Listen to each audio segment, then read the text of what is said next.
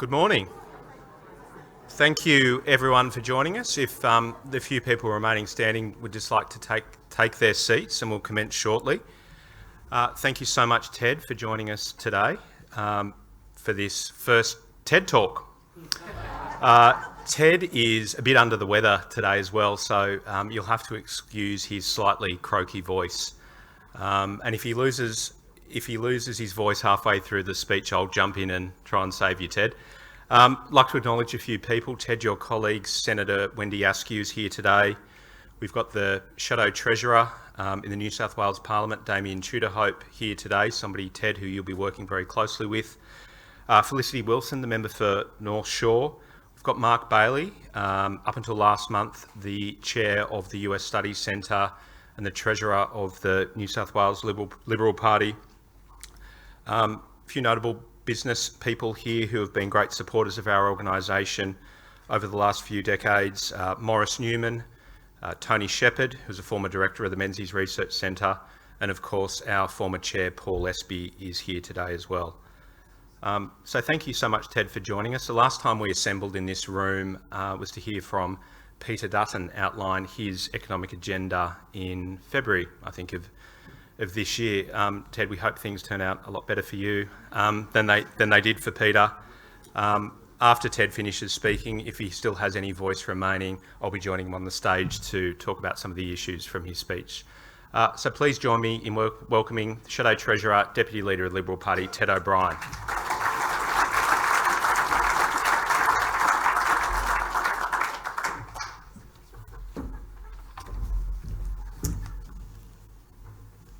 David, thank you very much, and hello ladies and gentlemen. I have 3 little kids at home and I play charades all the time, which means if I do lose my voice, we're playing charades, if that's all right. You'll just have to guess the rest of the speech.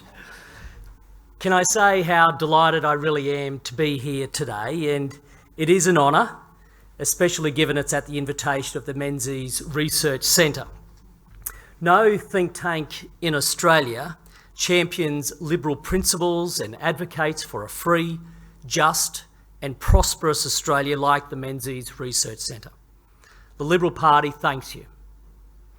And to be in such esteemed company also makes this honour a very humble one. In addition to paying tribute to the great work of the Executive Director, David Hughes, who is also today's moderator, I join with him in acknowledging Senator Wendy Askew, New South Wales Shadow Treasurer, the Honourable Damien Tudor-Hope, the member for North Shore, Felicity Wilson, Honorary Treasurer of the New South Wales Liberal Party, Mark Bailey, Maurice Newman AC, former Director of the Menzies Research Centre, Tony Shepherd, and former Chair of the Menzies Research Centre, Paul Espy.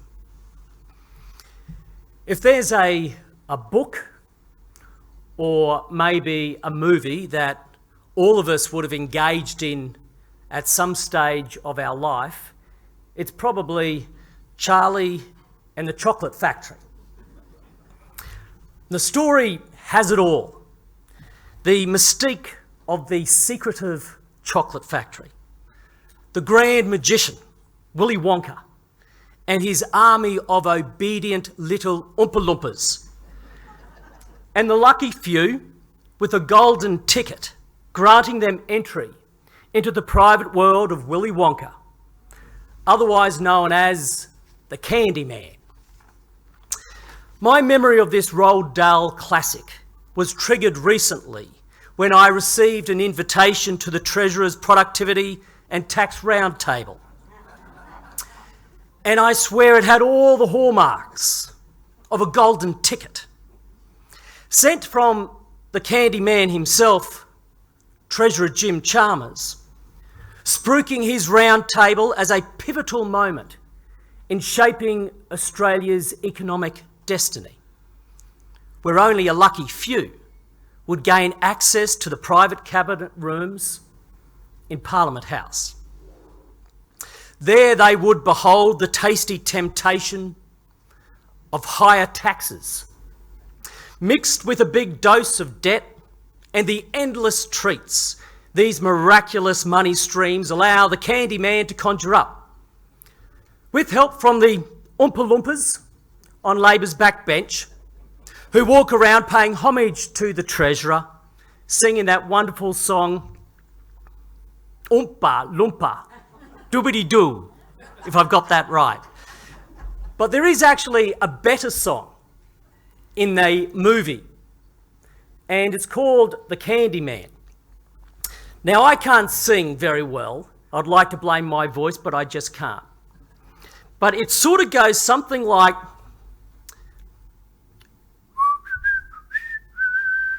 does that ring a bell? Who can take a sunrise, sprinkle it with dew, cover it in chocolate and a miracle or two? The Candyman can. Oh, the Candyman can. But for Australia's Candyman, Jim Chalmers, I think the following lyrics are a little bit more befitting.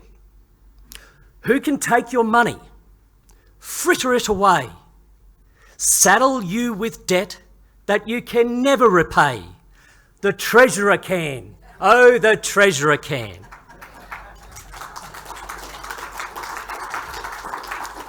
Now, if you think I'm taking this analogy a little bit too far, you're probably right. Willy Wonka's chocolate factory was, after all, a fiction, whereas Labor's Roundtable is absolutely real. Given the re-elected Albanese government enters this term of Parliament with no economic agenda to speak of, next week's Roundtable is critically important to Labor. Indeed, the Treasurer has been working on it for the last 3 months and raising expectations along the way. I was invited to the Roundtable and I shall attend. I will be constructive where I can and critical where I must. To be clear though, this is Labor's Roundtable, not the Coalition's. We in the Coalition have already started our own process of formulating a new economic agenda to take to the next election, and we will take our time to get it right. Unlike Labor, our focus is not on 25 golden ticket holders privately meeting behind closed doors in Parliament, but rather on the 27 million Australians going about their daily lives in the cities, the suburbs, and the regions right across our great country. To Sir Robert Menzies, they were the forgotten people, the backbone of Australia, who had been taken for granted because they lacked wealth or organisation, or both. As Liberals, the forgotten people are still our people. We fight for them and for their empowerment, not the empowerment of government or of vested interests. Now, this doesn't mean that we want to take Australia back to the days of Menzies, for our ambition is not to build a future Australia fit for our grandparents, but rather an Australia fit for our grandchildren.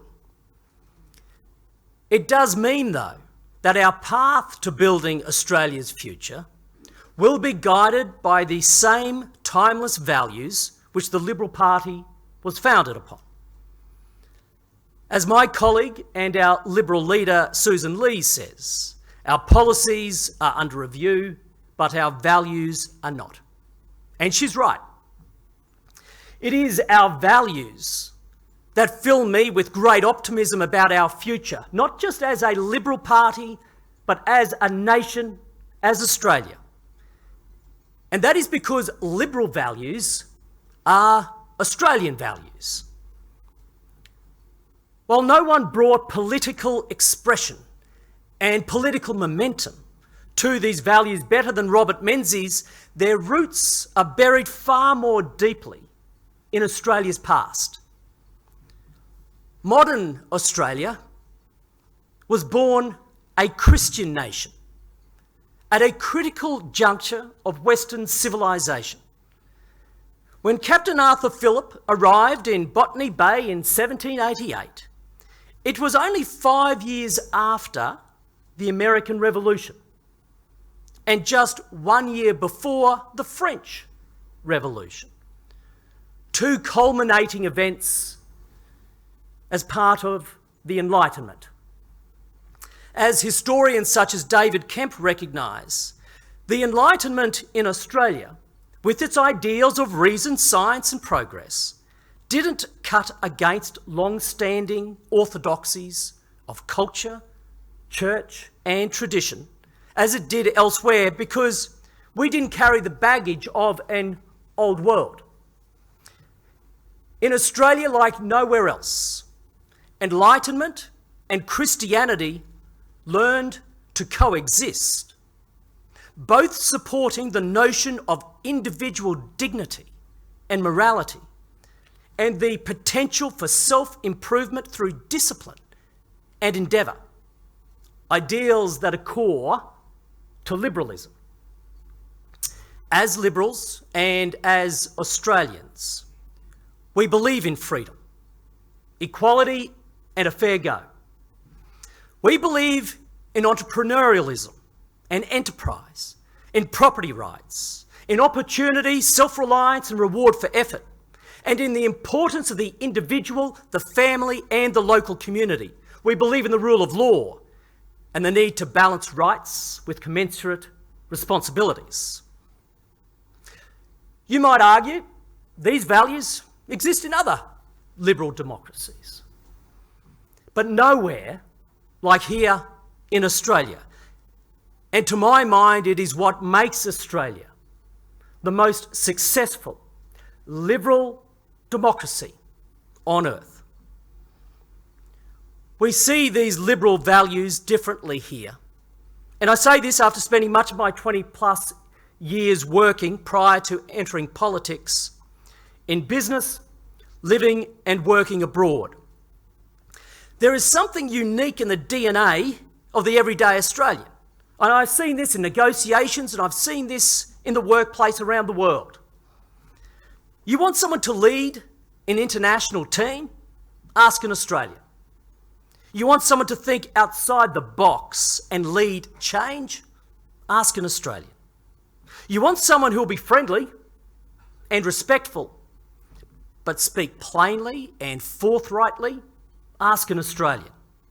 You want someone who can charm with humility, but take their gloves off and fight when the going gets tough? You ask an Australian. I believe Australia has become more liberal over time, and the unique characteristic of the everyday Australian and how we express our values have also evolved. Today, we reflect not just the ideals of the time of our European settlement, but the British institutions we inherited, our Indigenous heritage, and increasingly the myriad ethnicities that have joined the Australian family from every corner of the globe. I believe the more diverse we become as a nation, the more important our values are. And by extension, the more important the Liberal Party is to ensure these values are maintained as the bedrock of Australian society. Because what has the capacity to unite us as a diversified people, to unite us as a nation, is clearly not from where we've come. It's not our shared religion, the colour of our skin, or the way we talk. The one thing that has the capacity to unite us more than anything else is a common set of values, liberal values, Australian values. And these values must be defended, especially as our political opponents are trashing them. Labor believes in an Australia where government, not the individual, is at the centre. They believe government should instruct you on how you live your life, rather than granting you the freedom to choose your own path. They believe a Labor government knows what's best for you, better apparently than you do yourself. They believe they are best placed to spend the money you earn instead of trusting you to decide for yourself how you wish to spend it. Unlike Liberal values, Labor values are not Australian values. And values really matter, because the values a government believes in are ultimately expressed through government policy. In opposition, in this, the 48th Parliament, we will hold the Albanese government to account for its disastrous management of the Australian economy. And our starting point is to impress on Labor two imperatives. One, stop the spending spree. And two, start growing the economic pie. These two imperatives are closely related. Under Labor, government spending has exploded to its highest level outside of recession since 1986. Per the average Australian household, this Labor government is spending $16,000 more each and every year when the coalition left office. Per household. Do you think the families of Australia are getting value for this money? Do you think they feel that their lives have been made easier because of all of this additional spending? I think not. If anything, Labor's spending spree is crushing our economy and worsening the living standards of everyday Australians. The problem with Labor's approach is that big government begets bigger government. In the last 3 years, the Albanese government has enacted 5,000 new regulations. 5,000. In the last 2 years, 80% of new employment has been in the non-market sector, which accounts for just 30% of employment. As the RBA has noted, the expansion of the public sector has tightened the labour market. This has put upward pressure on interest rates and, in turn, downward pressure on the private sector. It is the classic story of crowd out that they teach in economics textbooks. This has also crushed productivity, as the less productive public sector has squeezed out the more productive private sector. Since Labor was elected, productivity has fallen by over 5%, and 1% in the last year alone. That's why our fellow Australians continue to suffer through a household recession. At the household level, today's economy is smaller than when Labor took office. It's not a matter of growth being weak. We haven't grown at all. It's like little Mike Teavee in Willy Wonka's chocolate factory. They had to shrink him to get him inside the television set. Australians have experienced the sharpest fall in living standards in the developed world and in our history. At the household level, the economy has shrunk. This is Jim Chalmers' budget legacy. It's his economic legacy. There is little nutrition in the Candyman's treats, for he is making Australia poorer and our economy weaker. Making matters worse, Jim Chalmers' spending spree will be paid for by future generations. Labor has thrown every dollar of its spending spree on the national credit card, growing the debt that our kids and grandkids will have to pay. The Treasurer's own budget papers lay bare this fiscal recklessness.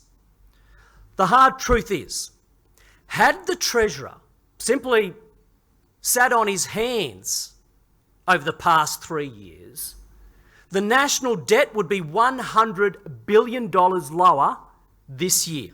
$100 billion lower. Had the Treasurer run a proper disciplined budget process that had ensured new spending was offset by savings, this certainly wouldn't have been the outcome. That kind of fiscal discipline, that kind of process of discipline, is one that Middle Australia, today's forgotten people, have been undertaking themselves throughout this cost of living crisis. Families have been living within their means so that they can make ends meet. But the Albanese government thinks it's above that. To them, fiscal prudence need not apply. Labor's spending spree over the last 3 years has already saddled our kids and our grandkids with an extra $100 billion of debt. And it will be for these future generations to carry that debt as they try to make their way through their life in an increasingly challenging world. A world in which they don't know if they'll ever be able to realise the Australian dream of buying their own home and starting their own family. This too is Jim Chalmers' economic legacy. For all the talk over the past few years about the monetary policy framework, for all the rules and targets the RBA must abide by in controlling inflation, we have heard nothing at all from this government about a fiscal policy framework. Nothing about fiscal rules. This is because there are none. On coming to office, Jim Chalmers threw the former coalition government's fiscal rules out the window and thus began his spending spree. It's the arrogance that comes with a Labor treasurer who thinks he has the God-given right to spend other people's money however he pleases. He is, after all, the candy man. And if anyone can, the candy man can. Australia is about to breach $1 trillion of debt. And we will reach 1.2 trillion by the time of the next election. What's more, Jim Chalmers' budget settings consign us to a decade of deficits. As my predecessor as Shadow Treasurer Angus Taylor said repeatedly, the focus must be on restraining spending growth to less than economic growth. He was right, and budget experts agree. For basic logic dictates that it is the only way to ensure government declines as a share of the economy over time, without slashing the essential services we all rely on. This reflects the kind of approach we will take in defining a set of rigorous fiscal rules to guide our own policy development process. And I will have more to say about that in the period ahead. But what I can say today is that if elected in 3 years, the coalition will restore fiscal responsibility. Working together with our economics team in Shadow Cabinet, which beyond me includes James Patterson, Tim Wilson and Andrew Bragg, along with other members of the Shadow Expenditure Review Committee, we will run a disciplined budget process with a strong focus on identifying saves across the budget to help fund new spends. This is precisely where Jim Chalmers as Treasurer has dropped the ball. It's why the national debt is $100 billion higher than if he had simply sat on his hands. When it comes to the budget, the Treasurer isn't focused on mending, just spending.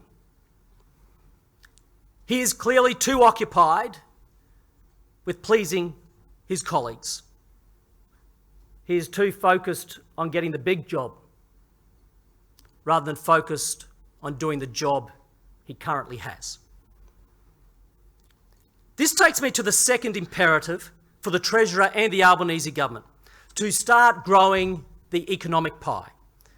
Growing the economic pie requires, above all else, genuine economic leadership. Leadership that has been sorely missing from this Albanese government.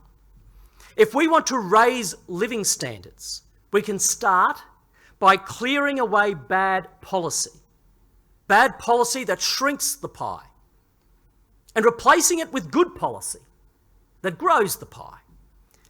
If we do that over and over, across the whole of government over time, Australians will become richer, not poorer, and our economy will be stronger, not weaker. This is how we turn things around, and that is what we will do in government. We need to restore prosperity as our lodestar, to unleash the aspiration of everyday Australians to put their economic interests before everything else. No more crude hacks that make our tax system more complex, encourage gaming, and soak up our economy's precious resources. No more giveaways, no more gravy trains, no more government-funded boondoggles. No more creating entire industries that serve as a constituency for their own preservation to the detriment of the greater good. Australians can no longer afford such indulgences. It is time that we get serious. Now, let me give you an example of what I mean. This one simple, practical example embodies everything that's wrong with economic policy under the Albanese government. It's inefficient, complex and opaque. It's unfair and regressive. It encourages gaming and subsidises big business. And it has cost Australian taxpayers billions. A cost that has blown out wildly compared to its forecast. A bit like Willy Wonka's chocolate factory, this one is a Jim Chalmers special, a real Candyman treat. If you're in the market for an electric vehicle under a leasing arrangement and you go to the Tesla website to find out how much it costs to lease, say, a Model Y, Tesla will ask you what your income is. At first, that seems a little strange. What does your income have to do with the price you pay for a car? Well, everything, as it turns out. If you're a nurse earning $90,000 a year, a Tesla Model Y will cost you $687 a month. But if you're a lawyer earning $200,000 a year, the very same Tesla Model Y will only cost you $550 a month. That's $135 a month less than the nurse will pay. It's weird enough that the same car costs different amounts to different people. But what's worse is that it is substantially cheaper for the higher income earner. Relative to the nurse, the lawyer gets a discount of more than $8,000 over the life of the lease. How can this be? Under the electric vehicle policy Labor took the 2022 election, you can deduct the cost of an EV from your salary and avoid fringe benefits tax. In effect, this means taxpayers are covering 47% of an EV for those in the top tax bracket and 32% of the cost for those in the bracket most taxpayers are in. The first thing to note is that this represents a colossal subsidy. In fact, it's hard to think of a more generous EV subsidy anywhere in the world. The taxpayer is picking up half of the cost of an EV for those on the highest incomes. For a small economy that imports EVs like Australia, this has no real impact on the global car fleet. If anything, it simply lines the balance sheets of the large global car makers who can raise their local prices to capture the subsidies. It's obviously regressive, but it's also unfair. It is a subsidy available only to those in the know, savvy enough to know how to game the system, those receiving the best financial advice and earning a salary against which they can deduct the cost of an EV. The Productivity Commission has called for the subsidy to end, noting it implies a cost of carbon abatement of up to $20,000 per tonne. That's right, $20,000. An extraordinary cost relative to the carbon price cap under the government's safeguard mechanism of $75 per tonne. Labor initially promised the Australian people this policy would cost the budget just $55 million last year. The true cost, $560 million a year. A blowout of more than 10 times. This is the epitome of dumb climate policy under this Labor government. They are green fanatics, prepared to slash emissions at any cost to the Australian economy, to the Australians' living standards, to Australian taxpayers, and to future generations who will have to pay back the national debt. It's also the epitome of tax policy under Jim Chalmers. This is how he designed it. This is how he wanted it to work. This is the way he likes it. And this is also why the Coalition has always opposed it. No doubt it is popular among those who are benefiting from it. And I get that. I really do.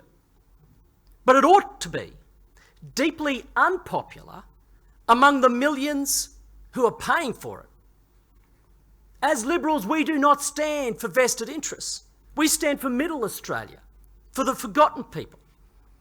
The people who work hard and save so that they can buy that second-hand vehicle for their family. Under Labor, they are the ones paying for this policy. If elected in 3 years' time, we will return the forgotten people to their rightful place at the centre of government policy. As I noted earlier, our process of developing policy has already begun, and we will take the time to get it right.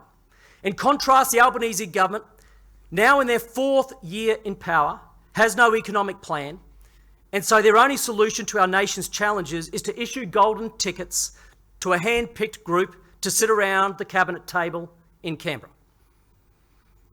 From recent media reports, it looks like the Roundtable has been engineered to rubber stamp a doubling down on Labor's failed tax and spend strategy. Let me be crystal clear.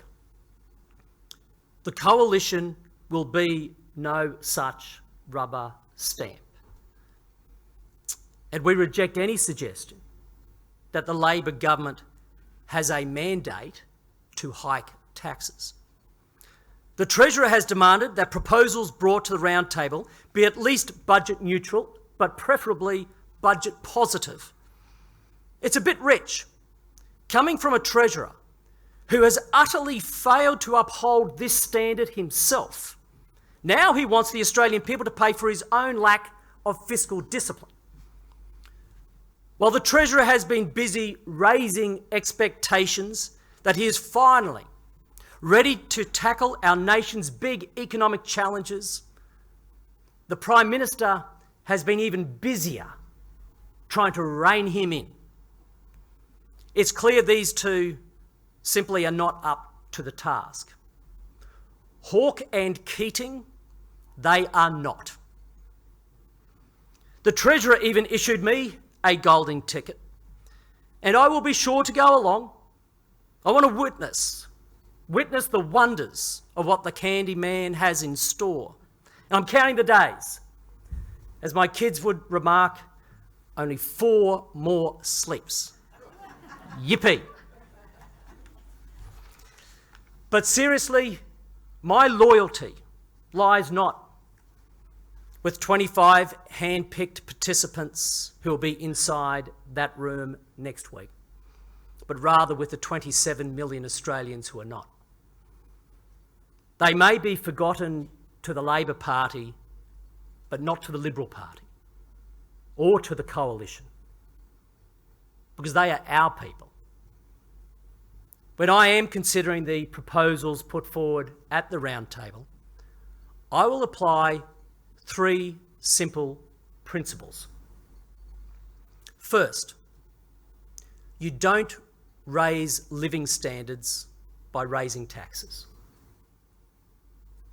Second, you don't raise living standards by raising the cost of doing business. And third, you don't raise living standards by raising the burden on the next generation. You may think that these are self-evident truths that are impossible to argue against. Yet the messages we are already hearing from the government, as well as those in the union movement, strongly conflict with them. Soon, Labor's Roundtable will be long forgotten and the candy man will continue on his spending spree. But the coalition is looking well beyond Labor's privileged talkfest. Over time, we will formulate a values-led, future-focused and economically driven agenda to ensure that the future Australia we bequeath to the next generation is not poor but prosperous, is not weak but strong, is not dependent but fiercely independent. For Australians deserve nothing less. Thank you very much.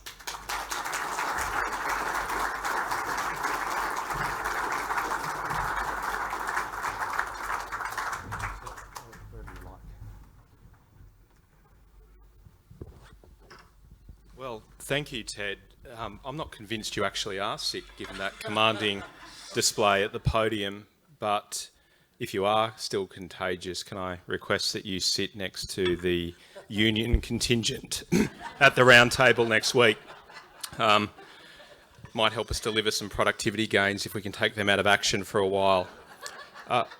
So we've got unions who'll be represented at the round table next week. Big business representatives as well, which is important, been the sole drivers of productivity growth across our economy. There'll be a number of bureaucrats there as well, and you'll be there. You've got a different set of values and outlook to many of the other participants. So why do you think you were invited? Is it a cynical ploy from the government to try and lock you into any outcome or lack thereof? And in answering that, Ted, whose interests are you going to be fighting for and advocating for throughout the discussions?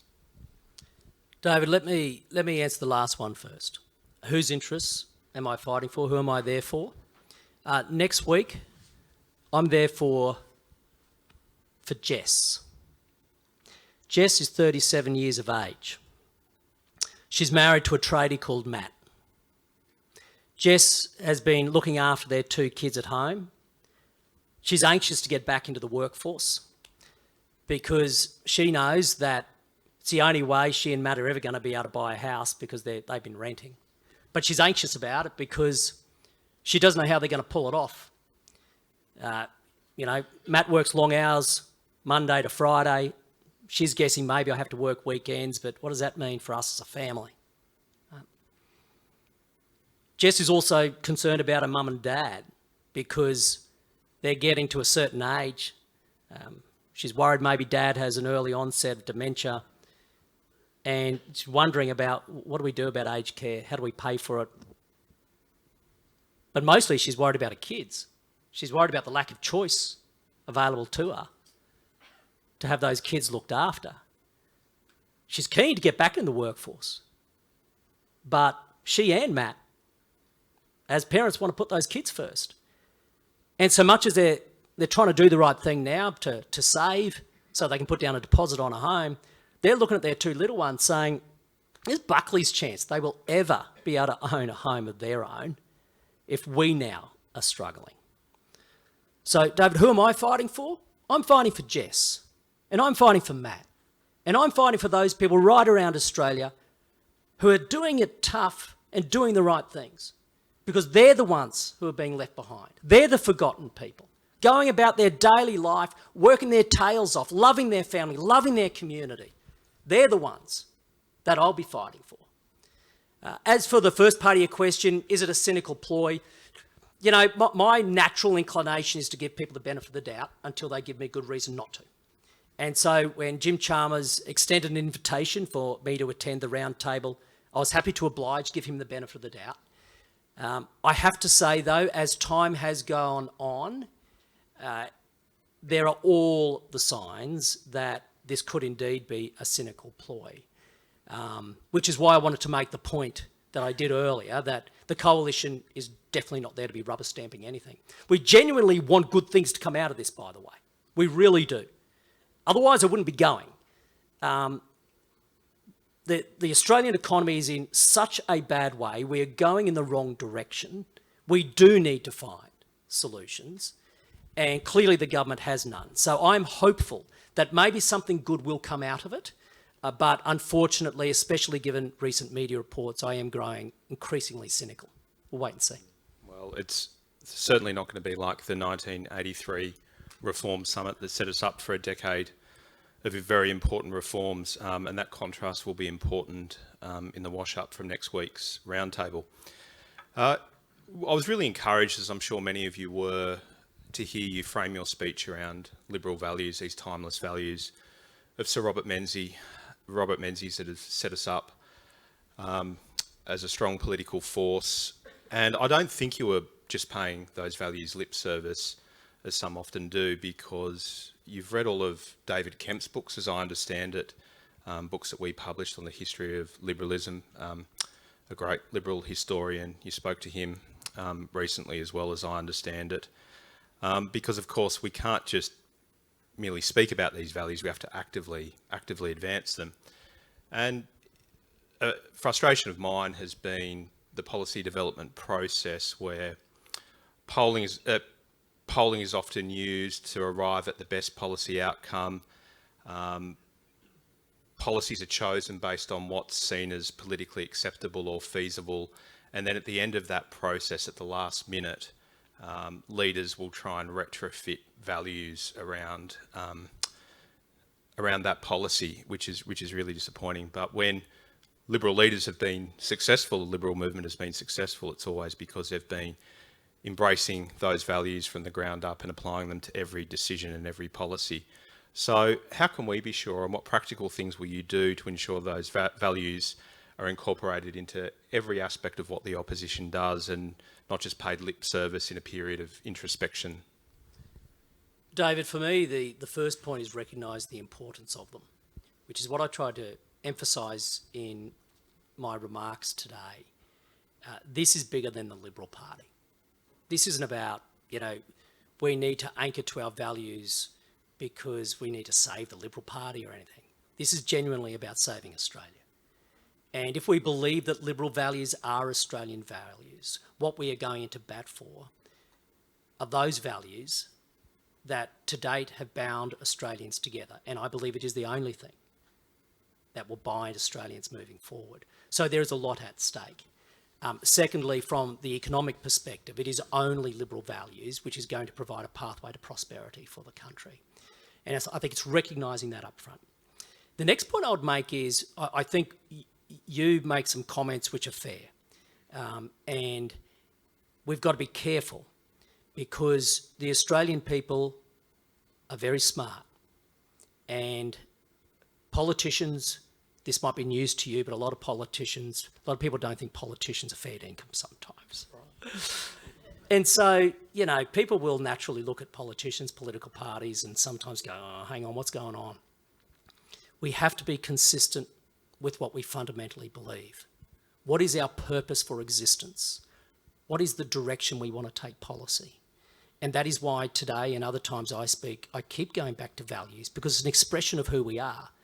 And that expression has to come through in policy. Now, no real politician is an absolute purist. You still need pragmatism. But nevertheless, I want to get to a point where the vast sway of the policies we take to the next election, you will be able to look through and go, you know what, I can draw a clear line between those policies and these values of the Liberal Party. This is now, because of how badly we were beaten at the election, this is the moment for us to do that and to make sure we are resetting with our values. And I'm supremely confident that I speak on my colleagues' behalf that that is the intent of the entire team under Susan's leadership. Well, we can certainly tell that you're genuine, Ted, in everything that you say there. A fact from your speech that I found quite compelling and hadn't heard before, you said that if Jim Chalmers had simply sat on his hands in his time as Treasurer, debt would be $100 billion lower. I feel that Jim Chalmers' greatest weakness is facts when they're presented in undisputable forms like that. It's very compelling. But that specific statistic that you used in your speech, are you saying that all of the spending decisions and lack of savings that the government have taken meant that if he'd simply done absolutely nothing, debt would be $100 billion lower? Yeah, so it's basically net of offsets, right? And one of the reasons you don't hear people talk about it is you can't just go to the budget and go to a particular paper and page and find it. You've got to go through the budget papers, the mid-year updates, and basically collate the spending decisions that have been made, net them of offsets, and that's where you get to the figure of $100 billion. About 3/4 of which on budget, about 1/4 off budget, but on or off, they still have to be funded. And so that's a round figure, 100 billion. You've just recently appointed one of Australia's great economic minds, Steve Hamilton, to your office as well, so I'm sure it'll be of great assistance with this work, because the more the public hear these facts, particularly around debt deficit and the looming budget crisis, it will help your party immensely. And David, can I just make a comment about that more generally? This is where I think I'm really wanting the Australian people to know how serious we are as a political movement to get policy right. And you mentioned my hire of Steve, who's an extraordinary economist. Last term of government in the energy portfolio, I hired an extraordinary engineer. It is only our side of politics which takes policy seriously. You may have read only a couple of months ago the Albanese government has cut staffing, not just for us, but the extent to which he's cut Labor Party staffing. He's been very open. He's gotten rid of people who actually have policy knowledge. He just wants spin doctors. So where we are coming at this is absolutely genuine. And while you don't usually talk about staffing and all that sort of thing in the public domain, I think you make a good point. And I hope people read into this that we are absolutely dead set determined to get this right. Thanks, Ted. In the lead up to the Reform Summit, the Treasurer said that any proposals for tax reductions needed to be budget neutral, so they needed to accompany savings. But of course, in the history of our country, any proposals to lower tax haven't always been cost neutral, because of course you've got to take into account the increased economic activity that flows. But of course, this principle of tax reform changes being budget neutral isn't a principle that the Treasurer applies to his spending. His spending commitments aren't ever offset with savings. If we are going to ever embark on tax reform here in Australia, is spending restraint a necessary precursor to that? I think I know what the answer to that is. So while you're answering that question, what are the parameters you're going to impose now in opposition, and if you end up as Treasurer as well, to ensure that fiscal and spending discipline throughout the process? So the answer to your threshold question is yes. In terms of the details of the fiscal rules, there will be, but as I mentioned in my speech, I'll have more to say about that in due course. I don't want to get ahead of our internals in that regard, but I can assure you that we will be ensuring there is fiscal discipline internally, because Jim Chalmers is expecting something of the Australian people at this roundtable and the participants around that roundtable, that he is expecting a standard that doesn't apply to himself, and therein lies the problem. To sort of, why don't we take that $100 billion example a little bit further to talk about the importance of this. So if you look at that $100 billion of additional debt, that's over 4 years. You say, well, rightio, 4 years, divide that by 4, you're talking about $25 billion a year. And around about 75% is on budget.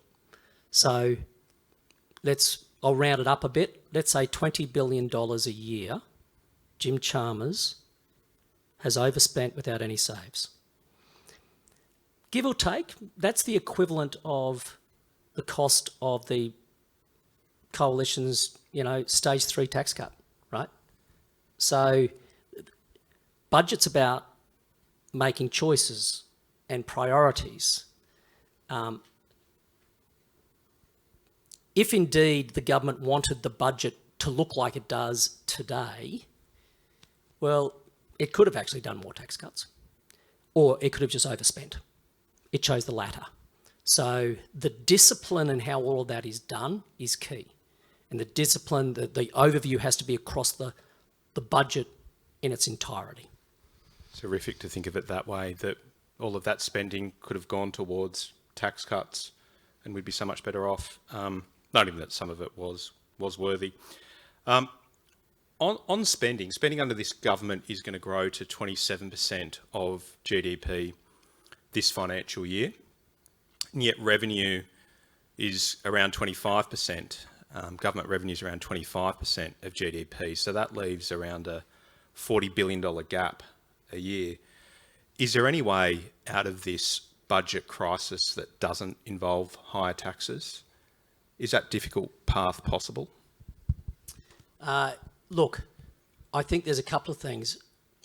One, and I say this probably biased by my business background, as many of you would know with your own businesses, when times are tough, you basically go line by line by line, to see where there are bad policies that are costing you money that should not be there. And I spoke about one today, the FBT, for EVs, right? Line by line. Secondly, it's ensuring that there are some basic rules. And again, I referred to one that I think Angus did a very good job in the last term of government laying out, and that is you've got to make sure that where you have growth in spending, the growth in the economy has to be higher. So you've got to keep growth in spending lower than the growth in the economy. And over time, that allows you to get the balance required where you are not slashing, you are not getting rid of vital public services that the Australian people need. And therefore, you're not relying also on just saying, well, we just need to hike taxes. Not sure if you saw, Ted, but it was reported today that I think it's 1 in 6 young boys is a recipient of support through the NDIS, this program that's growing and growing at a faster rate than any other. If the government were to say to you behind the scenes, we're going to radically seek to reform this program, and we're going to look across government to crack down on spending, is that something that you would constructively support? Our position would be that, in principle, we will work with the government. Of course, everything is always subject to the detail, and you've got to wait to see what they bring forward. But if the government is genuinely willing to work with the coalition on further reforms to the NDIS, yes, we would. To give you a feel for how much it is costing today, I think this is about right. For the average taxpayer, the NDIS is costing around about $4,000 a year. That's a lot, and it will only be increasing over the years. So we continue to have concerns where there are dodgy providers in place. The absolute necessity, though, is to ensure that those people who genuinely need assistance get assistance.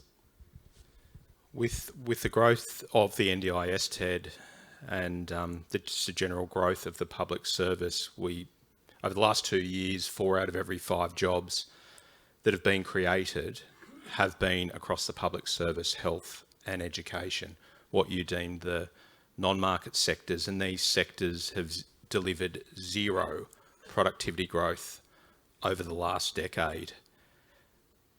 Of course, if we look to increase productivity, which we need to do, it can be achieved much easier by supporting business to grow, become more dynamic.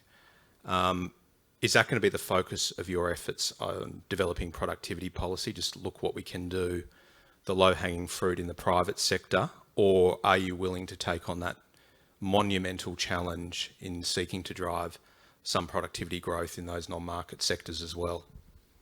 I do think that there has been a policy-induced imbalance between the public and private sectors for the reasons you mentioned, and you've seen 80% of employment, new employment over the last 2 years coming from that non-market sector, right? And this ultimately just is a proxy for big government, which is crowding out the private sector. And yes, the private sector is where the real productivity opportunity lies. So there has to be a rebalancing where enterprise is allowed to flourish. So that's point one. However, I'm pro-technology, and I had well over a decade with a tech giant called Accenture, working mainly up in Asia and other countries. So I'm optimistic that even in the non-market sector, there are productivity opportunities for Australia that are going to be technology driven. And so while we do need to rebalance, we need to make sure the private sector is given the room to grow the economic pie. That does not mean that the coalition thinks the non-market sector can just sit there. I actually think there's an enormous amount of opportunity there too. We've got some ideas as well. Ted Nicko, our chief economist, put together this paper on the productivity crisis that we're facing as well. So there's some ideas there that can be adopted, which we'll talk to you more about. We also, though, just before the election, released a report on income tax reform where we propose automatic indexation to tax thresholds. Last time we had serious economic reform in this country was almost 25 years ago to the day when the GST was introduced. The problem with our tax system now, as we outlined in our report, and I'll get to my question soon, with our ageing population, the share of working Australians is decreasing, and we're becoming increasingly reliant on income tax as a source of government revenue. Now, bracket creep occurs every year, and big spending governments like Jim Chalmers and Anthony Albanese's bank that money and will spend it on often useless things like the EV subsidy that you alluded to before. So we feel this is a necessary reform. Peter Dutton said in the election campaign that automatically indexing tax thresholds was an aspiration for him. Where do you see this issue? So without preempting where we might land, because I certainly don't want to be doing that, especially this early in the term of government, can I firstly say thank you and well done to the Menzies Research Centre on a fantastic piece of work. Secondly, I think the problem statement, we need to all do a better job at communicating to the Australian public, which is the over-reliance on income tax. The only pathway that the government has to be trying to get the budget back to some semblance of balance is almost entirely reliant on the Australian people paying more through bracket creep in their income taxes. So it has to be addressed as time goes on.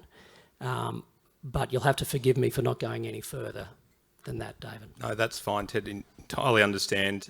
Something we'll keep advocating behind the scenes and helping in any way to pursue. I'm sure everyone in this room supports a policy like that, so we're going to continue to advocate for it. Ted, before we close, you've been in the job for a few months now. I think the audience want to get to know you. You've got the worst electorate in the country encompassing Noosa, No, I haven't got Noosa. Oh, you haven't got Noosa? No, Noosa's just outside. But you do represent parts of the Sunshine Coast, beautiful part of Australia. And did I hear correctly, you're one of 9? Is that correct? And you've got a young family yourself, Ted, but tell us a bit about your history and your business experience as well before coming into this role. So I am the youngest of 9, so Mum and Dad had 2 girls, and Dad wondered if he was ever going to have a boy, and then he had 7 of them. And I'm the runt of the litter. I'm the baby of the family, and the only one who went into politics, by the way. So our family was very much a business family. We owned a company called Defiance Milling. Mind you, I grew up with it being a publicly listed company, but I was 4th generation in that family. So I grew up in a very much a business environment. Standing on a chair, learning how to bake bread as a kid, as part of the business. And after undergrad, went up to Asia, still in my teens, and started working up there, exporting Australian flour-based products, firstly to Hong Kong and then Taiwan and other markets, until the family business sold out. And then I went into the rice industry, did further postgrad in Melbourne and in London, and then joined Accenture. Predominantly, mix of Australia, but also a lot of Asia. And so with Accenture, I ended up being director of, it's called the Market Maker Division, so basically big deals, Asia Pacific and emerging markets. And so, M&A, JVs, large sort of complex deals, mainly based in those markets, and speak a bit of Chinese, so that sort of helped along the way. And so that was really the background. And then I came home, to be honest, from Asia for personal reasons. My dad at the time had Parkinson's, and I didn't want to be up in Asia. I just want to be close to Dad. And while home, my wife, Sophia, fell pregnant, and we said, we don't want to go anywhere. We want to stay here. So for personal reasons, we stayed, and an opportunity came up politically, and I was always on the periphery, but hitting the Queensland LNP tangentially over the years. And the seat of Fairfax came up, I went for it, and then a bloke called Clive Palmer came along. And he beat me in 2013, but we stuck with it, got in there in 2016, and here we are now, just entered my 4th term. Well, we're glad to have you in the role, considering the alternative. So thank you, Ted. We'll be following you closely, but not just following you. We'll be supporting you behind the scenes. I'm sure everyone here will be as well.